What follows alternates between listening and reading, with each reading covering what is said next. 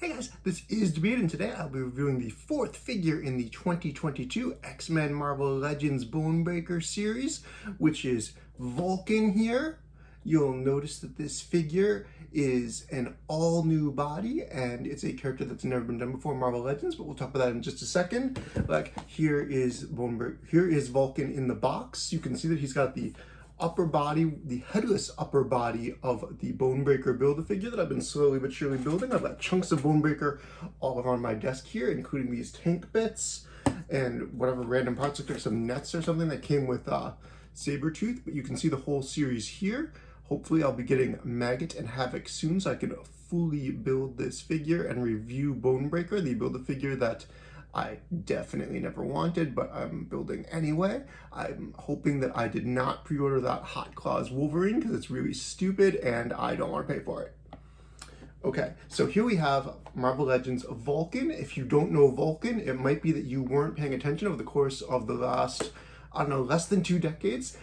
Ed Brubaker created this character of Gabriel Summers in X-Men Deadly Genesis, which was a limited series that came out in around 2005, 2006, thereabouts somewhere, and it introduced this character of Vulcan, who it turned out had gone to Krakoa to rescue the original X-Men in a retcon of Giant Size X-Men #1, but actually they thought that Vulcan was dead, but actually he was hurled into space where he had just been alive and in a coma for years, but then he woke up as a consequence of Wanda saying no more mutants, House of M, blah blah blah. Anyway, Vulcan showed back up and he was super powerful but also super crazy, and then he went into outer space where he eventually became the emperor of the Shi'ar Empire and caused the death of the Empress Lilandra, who is a famous character, lover of Xavier's, that sort of thing. But we are opening up Gabriel Summers here. He's a character that hasn't been seen too much in the comic books, like over the course of the last 10 years or so. He was in War of Kings, where he was apparently killed in battle with Black Bolt, but actually it was revealed in Jonathan Hickman's X-Men run that actually he was just sort of floating around in the cosmos, not dead and not resurrected, but totally crazy, although he was already kind of crazy to begin with. Alright, so first thing I'm going to do is I'm going to pop out this Bonebreaker torso and try not to lose this neck piece, which is a loose piece, before I actually build that Build-A-Figure. But I'm only going to be talking about Vulcan here. There's also some Bonebreaker hands, fists in here, which I'm not going to talk about. I'm going to set aside, but I will pull out these alternate open palms that come for Vulcan himself. Vulcan has tons and tons of powers. He's almost like a Superman type of character in that he has so many powers. He can do energy projection. He can fire beams. He can absorb energy. I believe he can replicate other people's powers. He can fly. He can create force fields. Vulcan can do all kinds of shit. So you might think that this figure would come with lots of effects pieces or other accessories to demonstrate that, but in fact, it doesn't. What you see is what you get here for Vulcan. Here he is with his default fists, and here are his open hands, which I will take out for the official photos, and I'll put some photos of him with the open hands into this video in a little bit.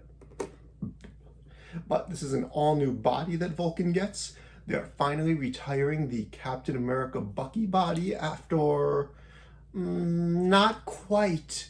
I don't think it's a decade that Captain America Bucky body's been out. Maybe it has been. It's hard to say if it's quite there or not. It's probably within a month, but that body is going to be replaced by this body, although we've already seen the Captain America Bucky body recently in Marvel Legends figures. But the new body is definitely the selling point here. We can see Vulcan. He basically has just some blue and red paint on most of his body, and some of his parts are molded in this gold yellow. It's not the fanciest, flashiest paint job around, but again, the star of the show here is the fact that this is a new character and a new body. You can see that his eyes are in this yellow color because they're beaming with, energy and insanity, and he is looking fairly intimidating. He's got his brand new head sculpt with unkempt hair. He's got this belt, which is a very nice tight fit. His joints, I'm moving them all now just to be sure they all feel nice and tight to me. I don't feel any of that really cheap, shitty plastic that feels all rubbery. It's gonna rip off and break. So I feel good about that.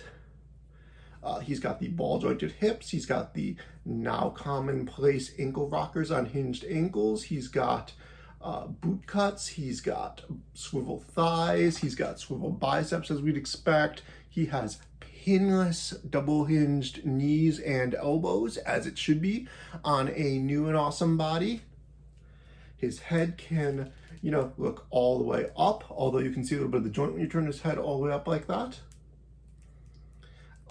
I mean, basically, like, here he is. Like, let me pop off his hands to see how easily those can be changed. But overall, like, this is a very competent figure. Like, it doesn't scream. It was really easy to pop that hand off, replace it with this, like, you know, stop hand or energy blast hand or force field hand, something like that. I'll take him out for some photos with the other hand. But overall, like, I think this is a decent figure of Vulcan. There's nothing exciting. This really needs some energy effects pieces, maybe something with like blasting eyes or just like, you know, just some energies to put over his hands and forearms, because this is a very basic figure. It's kind of bland the way it is. There's just not a whole lot going on here. The new body is really nice. It's got good joints. It's got the new, it does have the butterfly swivels in case anybody was wondering. But I don't know, it's kind of plain. Vulcan here is kind of bland. He reminds me of Darwin. He's not as bland as that Darwin figure, but, you know, he's nothing great. But he does come with this upper torso and fists for Bonebreaker too, so he's sort of like a figure and a half, but at $25, I think I would want some extra accessories. Overall, like, I think he's going to get a little bit more than average grade just because he is a new character with an all-new body mold, which we don't see that much of for the comic-style figures. But, like, he's not as great as you might hope. He's a little bit boring. Hopefully, Havoc and Maggot are going to turn the tides on this wave because so far I am not impressed. All right, that is it for this unboxing. Have a great day.